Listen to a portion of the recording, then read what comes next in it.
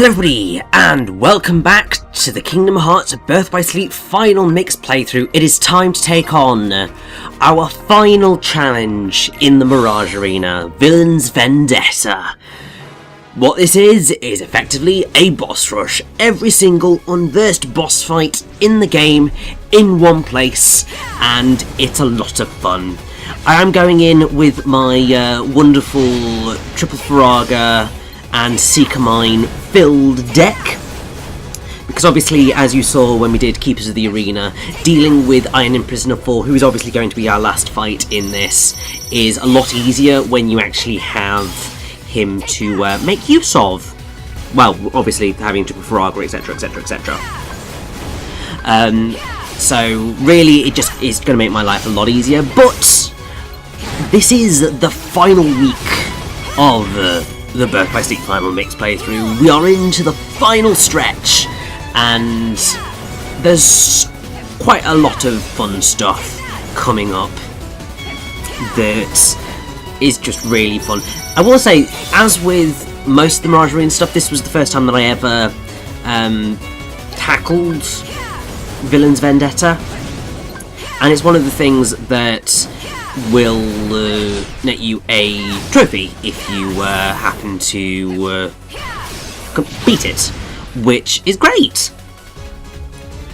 And one of the things, the fact that you have the Triple Faraga and the Seeker Mines and stuff means that it's very easy to get into Rhythm Mixer, and that is really, really helpful, because as you can see, Rhythm Mixer can really obliterate these bosses. I think they are slightly tougher than they have been in any of their other forms, because I think they do have more health, but pretty much all of them are liable to be stunned by Triple Faraga, so pretty much cycling through Triple Faraga, making use of your shot locks and Seeker Mines and all of that, with a couple of Kiragas in there at the same time, just means that this can be a really fun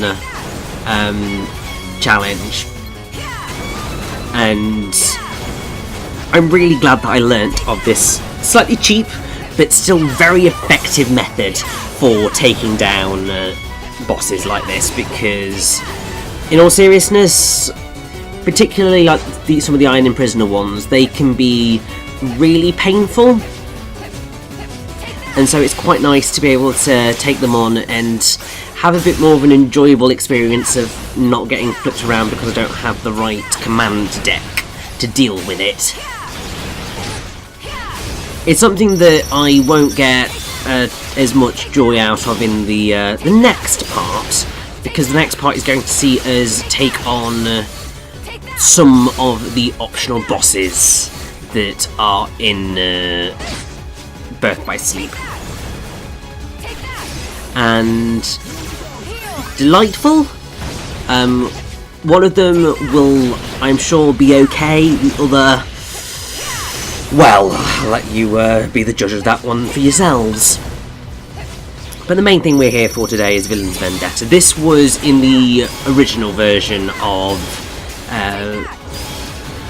Birth by Sleep, so this is why it was the one that I really wanted to get to in terms of taking on the Mirage Arena, because it is effectively the final standard challenge that you can face in here, and completing this means that really you've dealt with the majority of the sort of major things that the game has to offer.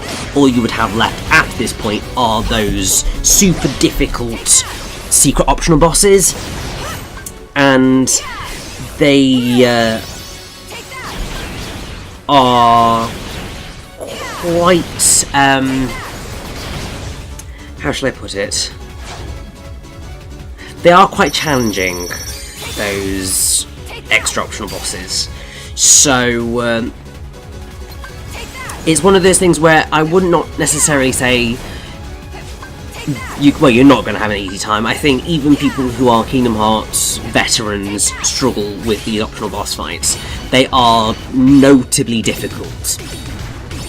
So don't be too disheartened if you can't get through them that well. But with a little bit of practice and stuff, getting towards the end of Villain's Vendetta should definitely be possible.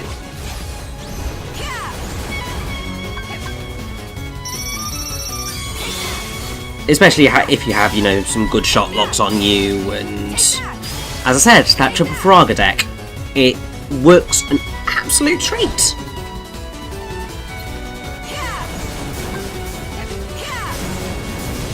I mean, I could attack his face, I know, probably get a little bit more damage in there, but as you can see, he stands absolutely no chance of getting through a fight against me. The Ice Colossus, I feel, is one of those fights which, when you first face it, it has the potential to be a little bit terrifying, but then as soon as you have a deck like this, you realise just it stands no chance. It's easily the weakest fight that the game has to offer you, because really this guy can do sweet sod all to you. And I suppose in a way it's nice because it's like it's a moment that you can breathe slightly easier in this boss rush. Because there are obviously some challenging fights in here, more so right towards the end. Like, I mean, now we're getting into where they start to get more challenging because you've got Iron Imprisoner 3. Because of Iron Imprisoner 3's speed, you can pretty much get a shot lock off on him straight away. It's just everything else. But also, you know, I had a rhythm mixer to make use of, and even though I'm not actually targeted on the Blighter, I'm sure I'm doing well, I'd like to think I was doing somewhat decent. No, I didn't really do much at all there. I was thinking doing some decent damage, but no, because he was flying all over the blooming place, he didn't get hit by the damn stuff. But it's okay, because we've got him in that stun lock type thing. So, as long as, you know, we don't let up, he isn't really going to stand much of a chance. And we will just continue to slaughter him. One of the things that you may notice that I've been doing throughout this is where I know that a fight is pretty easy to get through, I'm trying to hold on to my finish command attack until I get started in the next fight, just so then I've got a quicker start on that.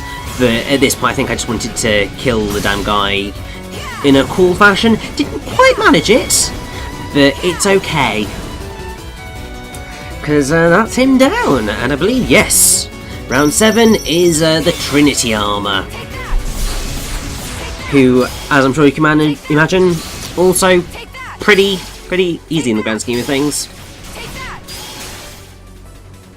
It's just once again when you finally get down to Iron Imprisoner 4 where the challenge properly comes out to play. But yeah, this guy in particular, I can't remember whether it was when we did the first run of him in the Mirage Arena, but yeah, he dies super quickly to the delight that is Rhythm Mixer. I didn't realise how much I loved that command until I was in here, and it was just like, yes, this is my everything. This is like one of my favourite commands styles ever, and I wish it is one that we had seen more of, because it's just such an utter delight.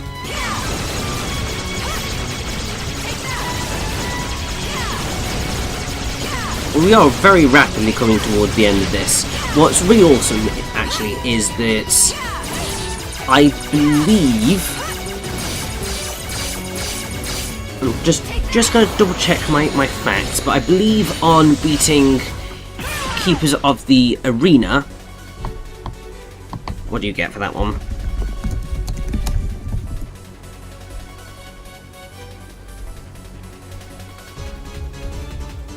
So yes, upon defeating Keepers of the Arena, you get each character's ultimate shot lock.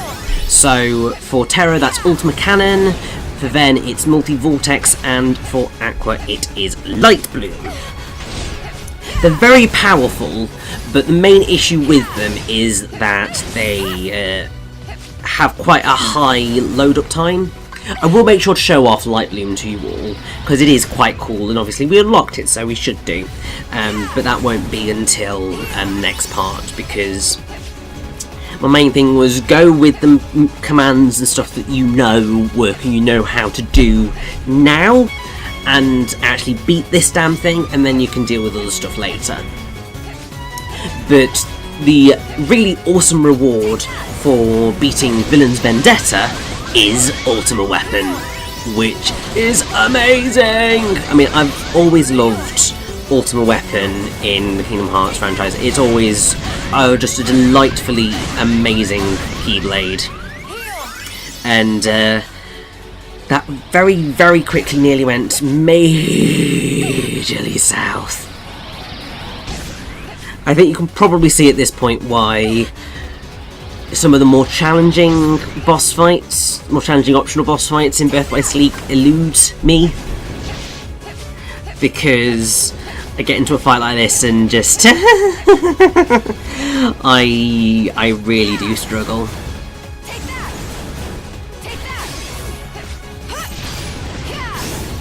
But it's okay, because as you are all aware, I'm incredibly stubborn. Oh, Heat Slash 2, that's not really gonna get used, but it's okay.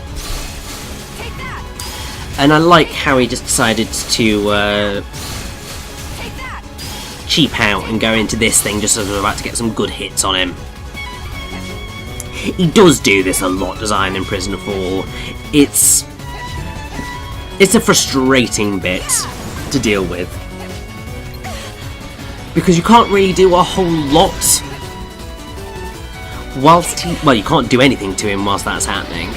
And then this is always quite frustrating as well, as I mentioned in the last part, because if you get caught in that, which is very easy to do, you just end up going in that loop.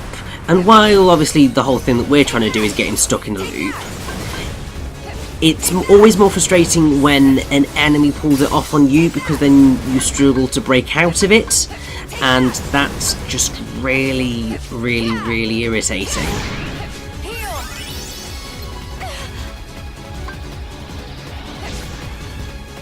But determination will win the day on this, because, as I'm sure you will, I want to end most of the game on a high, so so we are going to beat this guy. We've beaten him once before at this point, so really we've got proof that I can do it, so we've just got to do it, really. Once again, I do feel sorry for anybody who decides that they want to do this with Ven and Terra, because he's a pain with Aqua, and Aqua's got the best tools to be able to take him down. So, like, my god, the poor souls who decide to do the other characters as well, just, it's nuts. I mean, I think probably what most people who want to 100% complete Birth by Sleep are recommended to do is to do beginner mode runs with Ven and Terra to be able to take on all of the extra special challenges and have a much easier time with it, and then do probably a beginner mode run with everybody, and then do a critical mode run with everybody else, with everybody again, because obviously there's the stuff that you can only get for doing stuff on critical, but then trying to take on the super optional bosses on critical is just asking for trouble. I mean, doing it on proud is a challenge, but it's definitely possible. But I think most people will probably say, just to give yourself an easier time, go for it on like beginner or normal, because that will make those fights a lot more bearable. And to be honest, I probably would have tried that had I not been, no, I'm doing this entire game on proud because that is the way I roll and that is how I want to do things, which that's my shtick with Kingdom Hearts generally.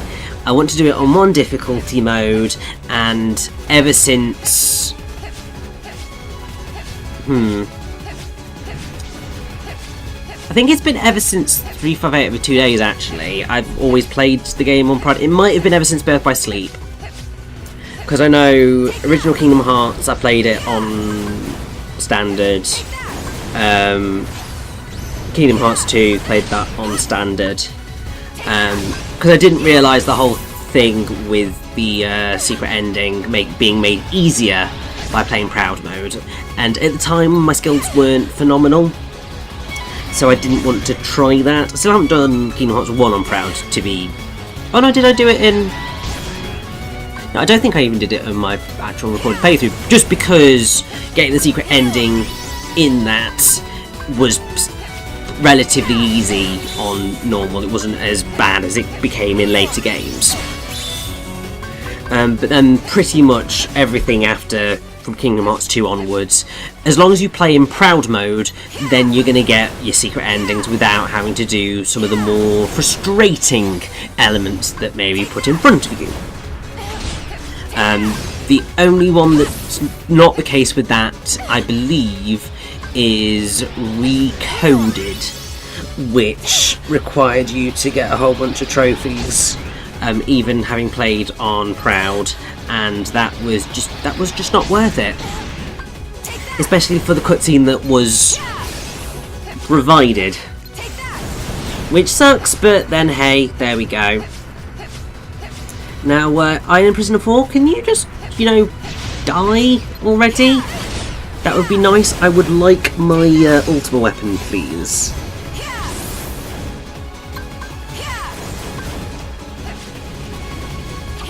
Now, come on. He's so nearly defeated. Just, hopefully this is the lock that will defeat him. And there we go. Villain's Vendetta is beaten. And we have just unlocked the delight that is Ultima weapon, i.e. one of, if not the best weapons in the game. Oh, isn't it beautiful? Now, I believe to unlock the 2 final secret super optional bosses in the Mirage Arena, you have to get up to either level 28 or level 30. I think it's probably level 28. Actually, I think that's the highest you could go, or it might be 29, and then beating one of them unlocks the next one, or something to that effect. And in order to do that, you have to have beaten all of the arena modes, all of the command boards, all of the Rumble Arena racing, as you can see here. And I seem to be missing one, but you also need to do those 2 challenges there. But I think, for the most part, that pretty much does it for our time in the Mirage Arena. We might come back very briefly in the next part, or in the final part, just to, you know, make myself feel a little bit better, and show off Light Bloom, which of course we need to do. And I'm looking at that and just going, I was so close to completing that command collection. A little bit annoyed I didn't, but hey, we're at the end now, and I was far too lazy to try anything else. So, let us save up, and then head onward to take on some of those optional bosses I was telling you about. Let's go.